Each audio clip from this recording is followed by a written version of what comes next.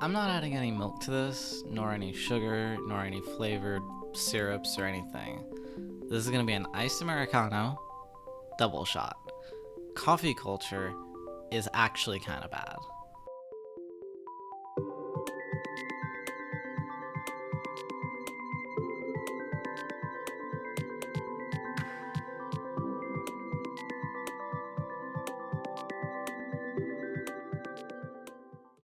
Since its discovery thousands of years ago by Ethiopians and its subsequent spread via Muslim empires, the Dutch doing some stealing, and a lot of colonialism, the seed of the cafea plant has been locked into our culture for a good while.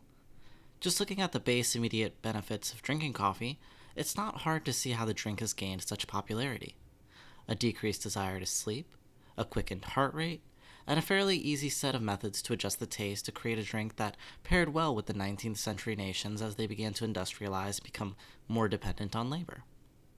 The caffeine chemical, once an adaptation of the plant's ancestors to kill bugs that attempted to eat them, was now a key factor in a labor force that was not allowed to tire.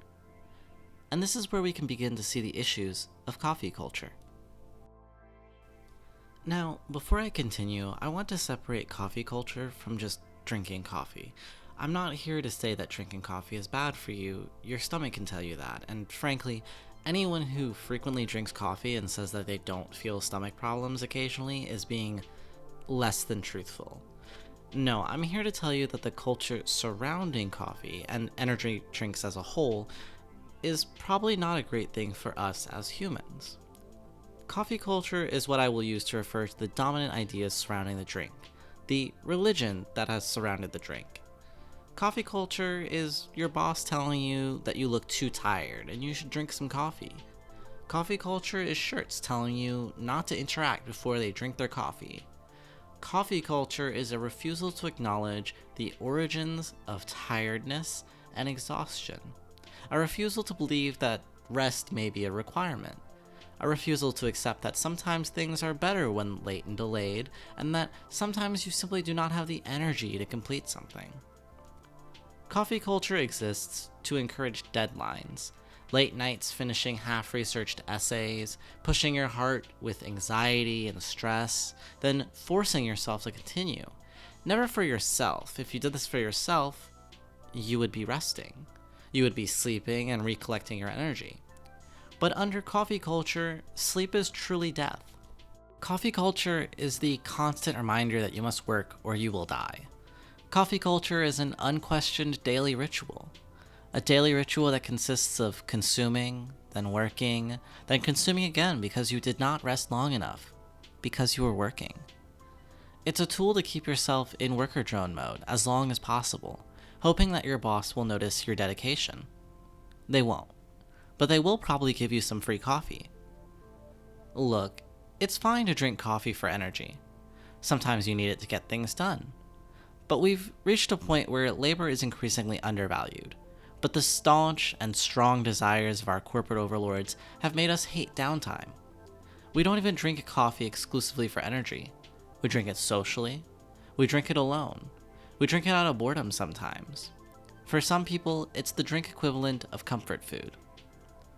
But this energy isn't real. Coffee doesn't suddenly gift you energy that you had hidden inside of you. Coffee speeds your heart rate up, and it stops the receptors in your brain that detect exhaustion from doing their job. Coffee, and really caffeine, makes your brain refuse to accept that it is tired. Coffee culture is about ignoring your body's needs, and serving the great overlords that wish to exploit your body. Coffee culture is about sacrificing yourself to finish the project, to be another body thrown at the project. If I'm being truthful, I would say it's not coffee that's killing us, but the stress that causes us to need coffee, the lack of sleep induced by the stresses of modernity, the lack of motivation brought on by class mobility being non-existent, the fact that you will never be a billionaire, unless you are somebody's fail son. Maybe I'm being a little bit dramatic, but I don't drink coffee as often to get work done anymore. I won't lie to you, I still drink coffee. Coffee is delicious. Sometimes I don't want to sleep at all. Sometimes I want to finish my own personal projects without taking rest time. But through this thought process, I have decided that maybe, at least for me, rest is more important than making a boss happy. Now, we just need to make bosses understand that, and begin to actually value employees as human beings, instead of robots that need coffee to function properly. If you enjoyed this video, please like, subscribe, leave a comment, and give me those analytics. If you would like to support this channel, then hit me up on Patreon or on PayPal. Until next time.